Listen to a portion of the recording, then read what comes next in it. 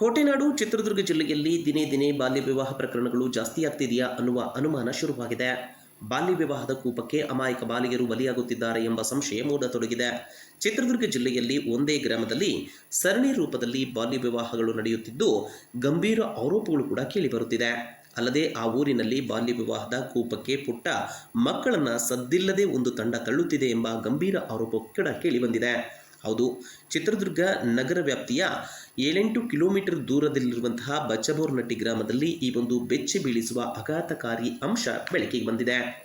ಇಷ್ಟೇ ಅಲ್ಲದೆ ಇಷ್ಟೆಲ್ಲ ಪ್ರಕರಣಗಳು ನಡೆದರೂ ಕೂಡ ಚಿತ್ರದುರ್ಗದ ಜಿಲ್ಲಾ ಮಹಿಳಾ ಮತ್ತು ಮಕ್ಕಳ ಕಲ್ಯಾಣ ಇಲಾಖೆ ಜಾಣ ಮೌನ ವಹಿಸಿರುವುದೇ ವಿಪರ್ಯಾಸ. ನಮ್ಮ ಬಚ್ಚಬೋರ್ನಟ್ಟಿ ಗೋನೂರು ಗ್ರಾಮ ಪಂಚಾಯತಿ ವ್ಯಾಪ್ತಿಗೆ ಸೇರುತ್ತೆ. ಈ ಬಚ್ಚಬೋರ್ನಟ್ಟಿ ಕಳೆದ ಸುಮಾರು ದಿನಗಳಿಂದ ಸಾಕಷ್ಟು ಕೇಸಸ್ಗಳು ಆಗಿದ್ದಾವೆ, ಬಾಲ್ಯ ವಿವಾಹಗಳಾಗಿದ್ದಾವೆ. ಯಾವುದೂ ಮುಂದೆ ಬಂದಿಲ್ಲ. ಊರಿನ ಮುಖಂಡರು ಮತ್ತು ಪಂಚಾಯತಿಯವರು ಇನ್ಕ್ಲೂಡ್ ಆಗೋದಿಲ್ಲ ಇದರಲ್ಲಿ. ಯಾಕಂದರೆ ನಾವು ನಿಷ್ಠೂರಾಗೋದು ಬೇಡ ಅಂತೇಳ್ಬಿಟ್ಟು ಇನ್ಕ್ಲೂಡ್ ಆಗೋದಿಲ್ಲ. ಊರಿನ ಗ್ರಾಮಸ್ಥರು ಮುಖಂಡರು ಸೇರಿಬಿಟ್ಟು ರಾಜಿ ಸಂಧಾನ ಮಾಡಿ ಅಲ್ಲೇ ಮುಗಿಸ್ಬಿಡ್ತಾರೆ. ಮೇಲಿನ ಹಂತಕ್ಕೆ ತಗೊಂಡು ಹೋಗೋದಿಲ್ಲ ಕೇಸಸ್ಸು. ಈಗ ರೀಸೆಂಟಾಗಿ ಮೊನ್ನೆ ಜುಲೈ 9ನೇ ತಾರೀಕು ಆಗಿ ಒಂದು ಪ್ರಕರಣ ಆಯಿತು. ಅದನ್ನು ಕಂಪ್ಲೇಂಟ್ ರೈಸ್ ಮಾಡಿ ಈಗ FIR ಮಾಡಿಸಿದ್ದೀವಿ. ಹೋಗ್ಬಿಟ್ಟು ಸಹಾಯವಾಣಿಗೂ ಕಾಲ್ ಮಾಡಿ ಅವರು ಬಂದು ಎಲ್ಲ ವೆರಿಫೈ ಮಾಡ್ಕೊಂಡು ಹೇಳಿಕೆನೂ ದಾಖಲಾಗಿ ಮಾಡ್ಕೊಂಡು ಹೋಗಿದ್ದಾರೆ. ಎಲ್ಲ ಇಲಾಖೆಯವರು ಬಂದು ಈಗ ವಿಸಿಟ್ ಕೊಡ್ತಾ ಇದ್ದಾರೆ. ಅಡ್ಡಿಲ್ಲ, ಮುಂದಿನ ದಿನಗಳಲ್ಲಿ ಈ ಥರ ಯಾವುದೇ ಪ್ರಕರಣಗಳು ಮತ್ತೆ ಮರಕಳಿಸ್ದಂಗೆ ನಮ್ಮ ಹಳ್ಳಿಯಲ್ಲಿ ಕ್ರಮ ಜರುಗಿಸಬೇಕು ಅಂತ ಹೇಳ್ಬಿಟ್ಟು ನಾವು ಪೊಲೀಸ್ ಇಲಾಖೆಯವರಿಗಾಗಿರ್ಬೋದು, ಸಿಡಿಪೋ ಇಲಾಖೆಯವರಿಗಾಗಿರ್ಬೋದು, ಸಂಬಂಧಪಟ್ಟ ಎಲ್ಲ ಇಲಾಖೆಯವರಿಗೂ ಈ ಮೂಲಕ ವಿನಂತಿ ಮಾಡ್ಕೊಳ್ತಾ ಇದ್ದೇನೆ.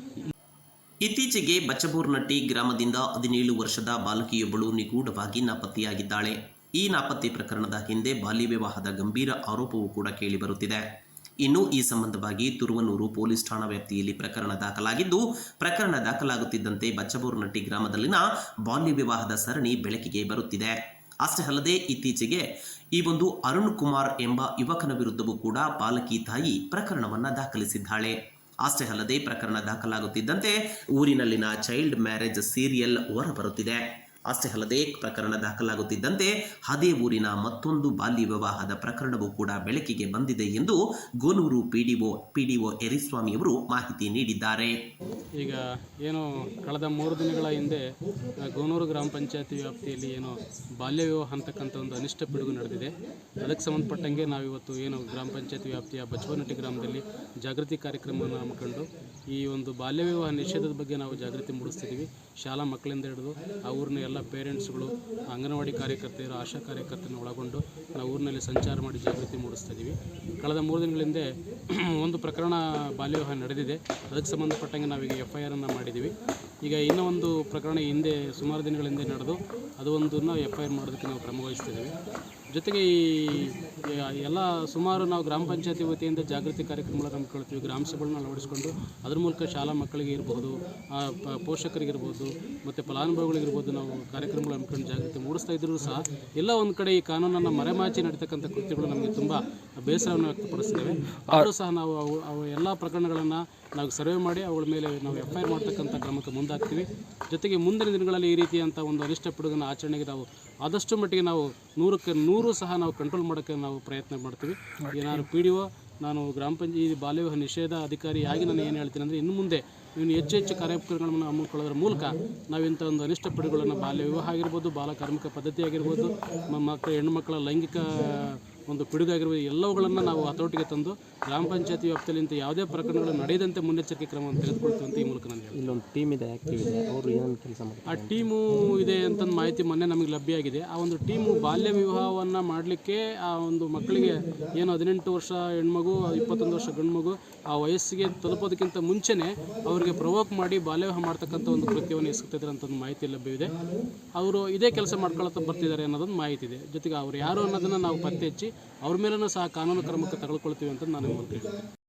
ಇಷ್ಟೇ ಅಲ್ಲದೆ ವಿಷಯ ತಿಳಿದ ಮಹಿಳಾ ಮತ್ತು ಮಕ್ಕಳ ಕಲ್ಯಾಣ ಅಧಿಕಾರಿಗಳು ಕೂಡ ಗ್ರಾಮಕ್ಕೆ ಭೇಟಿಯನ್ನು ನೀಡಿದ್ದು ಉಳಿದ ಪ್ರಕರಣಗಳ ಕುರಿತು ಮಾಹಿತಿಯನ್ನು ಕಲೆ ಹಾಕುತ್ತಿದ್ದಾರೆ. ಅಲ್ಲದೆ ಗ್ರಾಮದಲ್ಲಿ ಬಾಲ್ಯ ವಿವಾಹ ನಿಷೇಧ ಕಾಯ್ದೆಯ ಕುರಿತು ಜಾಗೃತಿಯನ್ನು ಕೂಡ ಮೂಡಿಸುತ್ತಿದ್ದಾರೆ. ರಾಜಿ ಪಂಚಾಯಿತಿ ಮಾಡಿ ಪ್ರಕರಣಗಳನ್ನು ಮುಚ್ಚಿ ಹಾಕುತ್ತಿದ್ದ ಆ ರಹಸ್ಯ ತಂಡದ ಬೆನ್ನು ಬಿದ್ದಿದ್ದಾರೆ ಅಧಿಕಾರಿಗಳು. ಅಲ್ಲದೆ ಇಂತಹ ಕೃತ್ಯಕ್ಕೆ ಸಾರ್ವಜನಿಕರು ಕೂಡ ಇಡೀ ಶಾಪವನ್ನು ಹಾಕುತ್ತಿದ್ದಾರೆ.